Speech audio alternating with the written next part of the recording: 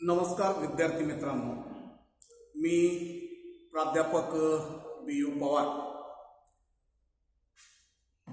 गुरुवर्य मामासाहेब दांडेकर कला, भगवंतराव वाजे वाणिज्य आणि विज्ञान महाविद्यालय सिन्नर या महाविद्यालयामध्ये मराठी विभागामध्ये कार्यरत असून आपल्या या महाविद्यालयामध्ये नवीन जो एक कोर्स सुरू केलेला आहे त्यामध्ये बी होक प्रथम सत्रासाठी LPM 108 या अभ्यासक्रमासाठी मराठी विषयासाठी जो काही अभ्यासक्रम दिलेला आहे त्या अभ्यासक्रमाच्या साठीचा जे काही घटक आहेत मागच्या एका व्हिडिओच्या माध्यमातून आपण मुलाखत लेखन या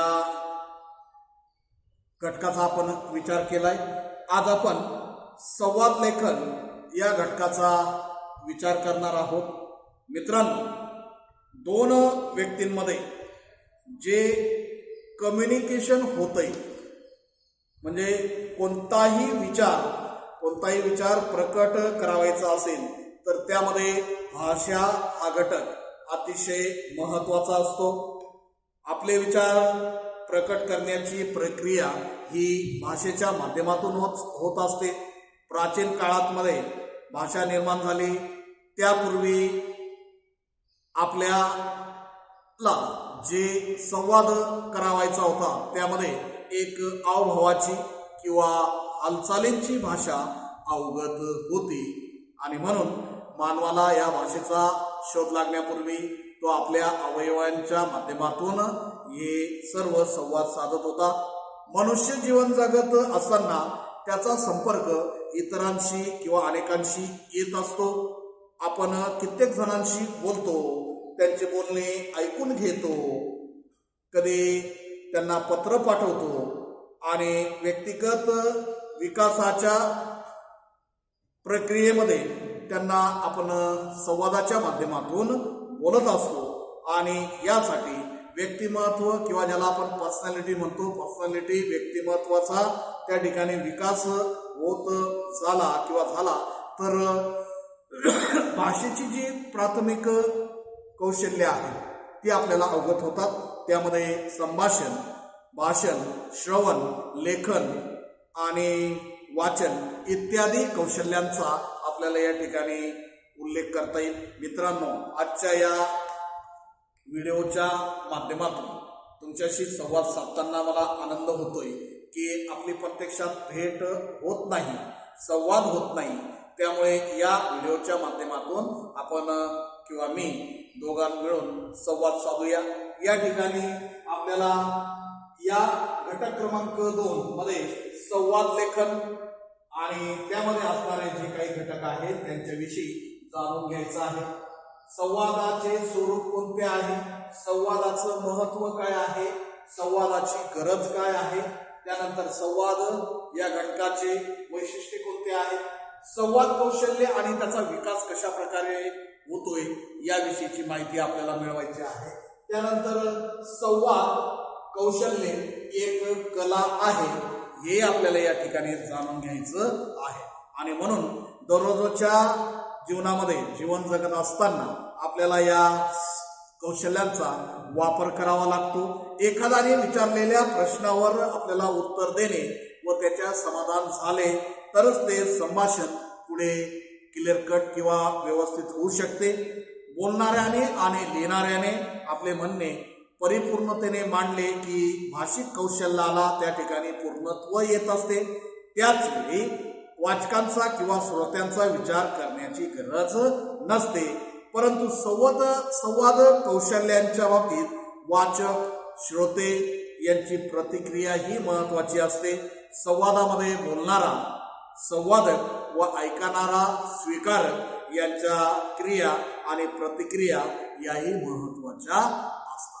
मित्रांनो, संवाद म्हणजे काय किंवा संवाद ही कल्पना म्हणजे काय तर संवाद, विसंवाद, सुसंवाद असे अनेक शब्द रोजच्या व्यवहारामध्ये आपण वापरत असतो. संवाद ही एकेरी चालणाऱ्या वाहतुकीप्रमाणे नसते, तर बोलणारा आणि ऐकणारा या दोघांच्या प्रक्रियांवर चालणारी ही प्रक्रिया आहे. मनुष्य जीवनात भावनांना महत्वाचे स्थान असते. या भावना प्रकट करण्याच्या प्रक्रियेमध्ये आपल्याला ज्या काही गोष्टींचा उल्लेख करावा लागतो त्यामध्ये या संवादाला अतिशय महत्वाचं स्थान आहे. यामध्ये बघणे म्हणजे सीइंग, ऐकणे म्हणजे हिअरिंग, चव घेणे म्हणजे टेस्टिंग, स्पर्श करणे म्हणजे टचिंग आणि वास घेणे म्हणजे स्मेलिंग अशा 5 क्रियांचा समावेश होत असतो. आणि वादविवाद करताना देखील मनुष्य एकमेकांशी संवाद साधत असतो.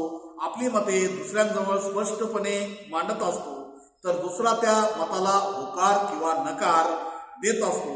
या प्रक्रियेला आपण संवाद असे म्हणू शकतो. संवाद या घटकाला समाज व्यवहारामध्ये महत्वाचे स्थान आहे. इंग्रजीमध्ये संवादाला कम्युनिकेशन असा शब्द प्रयोग केलेला दिसून येतो. या संवादाचे 3 प्रकार पडतात.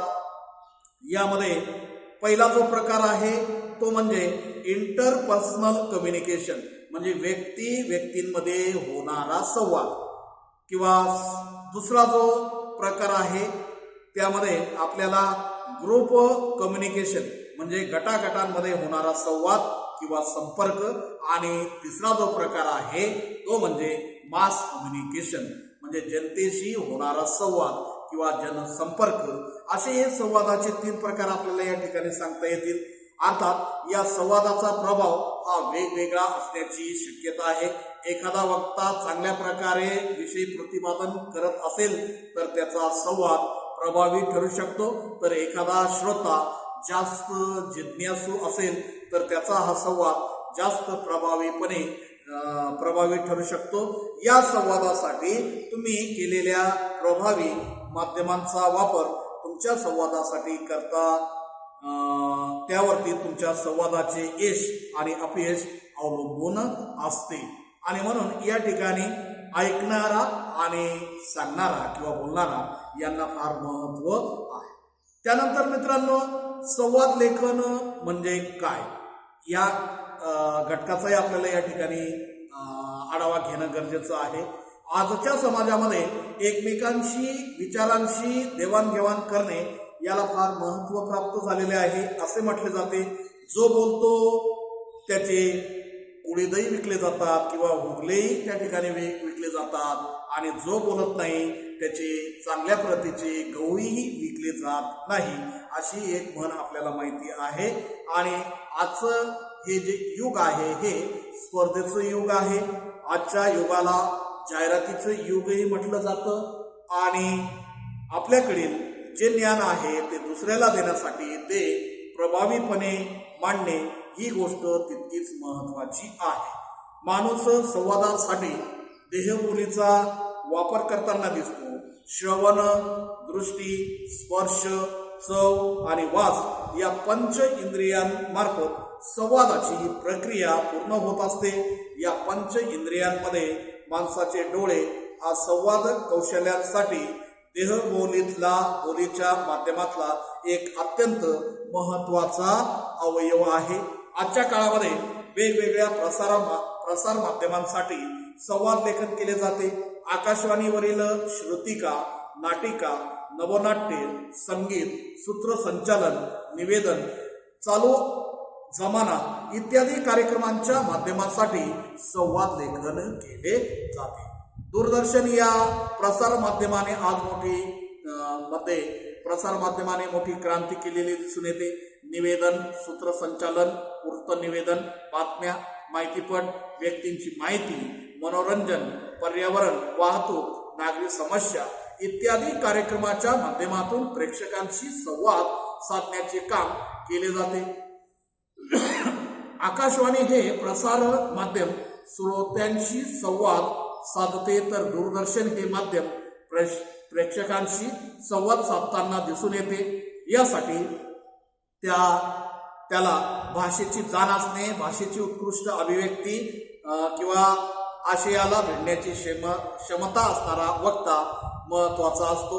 संवाद जेवढे प्रभावी असतील तेवढी त्या विचारांची परिणामकारकता श्रोत्यांपर्यंत प्रेक्षकांपर्यंत पोहोचत असते.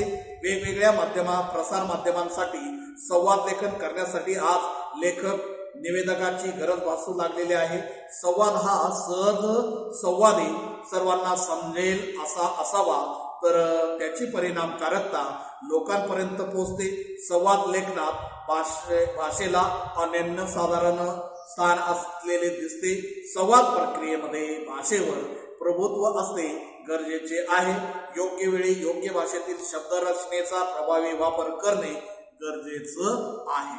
मित्रांनो, या ठिकाणी संवाद लेखन म्हणजे काय हे आपल्याला कळले. त्यानंतर बदलता काळ आणि संवाद शैली, बदलता काळ आणि संवाद शैली या घटकाचाही आपल्याला या ठिकाणी आढावा घेणं गरजेचं आहे. आजच्या काळामध्ये समाजात वावरत असताना आपल्याला अनेक लोकांशी संपर्क साधणे गरजेचे झालेले आहे. त्यामुळे जीवन व्यवहारामध्ये संवादाला एक विशेष महत्त्व प्राप्त झालेलं आहे. जागतिकीकरण प्रक्रियेत ज्ञानाची देवाणघेवाण मोठ्या प्रमाणात होताना दिसते. भाषिक व्यवहार हा काळानुसार बदलत राहिलेला आहे. मातृभाषेचे कार्य जीवनातील विविध क्षेत्रात प्रगल्भ होऊ लागलेले आहे. व्यवहार भाषा ही घरातल्या घरात बदलते. स्थळ काळ बदलानंतर विश्राम कक्ष, स्वयंपाकघर, समारंभ अशा ठिकाणी ही भाषा बदलत असते. योग्य ठिकाणी योग्य शब्दांचा वापर केला जातो तरच त्या ठिकाणचे महत्त्व लक्षात येते. देव आणि देवघर या स्थळांविषयी बोलताना फुले, जपमाळ, रुद्राक्ष, सहान, चंदन, लेप, भक्त, पुजारी हे शब्द एकामागून एक येत राहतात. येथील संबंध हा आध्यात्मिक पावित्र्याशी संबंधित आहे. तर स्वयंपाकघरात गेल्यानंतर आंबट, गोड, चवदार या शब्दांना प्राधान्य असते. त्यानंतर चांगला त्या ठिकाणी स्वयंपाक झाला असे शब्द प्रयोग त्या ठिकाणी वापरले जातात. बोली भाषेला एक आंतरिक गोडवा, सौंदर्य असते.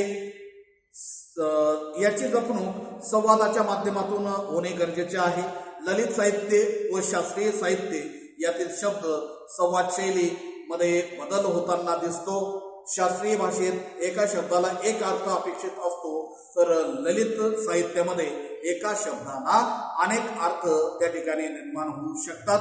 आणि हेच आपल्याला या ठिकाणी संवाद किंवा संवाद शैली बदलण्याची ती जी कारणं आहेत ती आपल्याला या ठिकाणी सांगता येतील.